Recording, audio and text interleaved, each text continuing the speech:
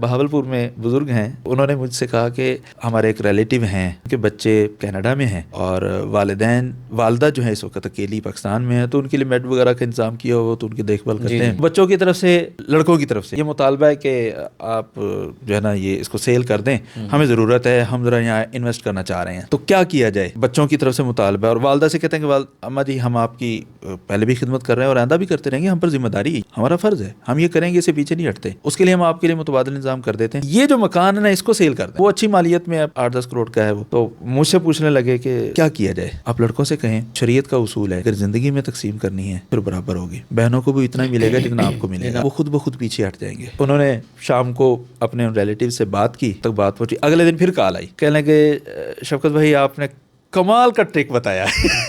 خود بہت پیچھے ہو گئے۔ تو یہ بھی اصول ہمیں ملا یہاں سے کہ اگر دنیا میں زندگی میں تقسیم کرنا ہے تو پھر برابر ہوگا۔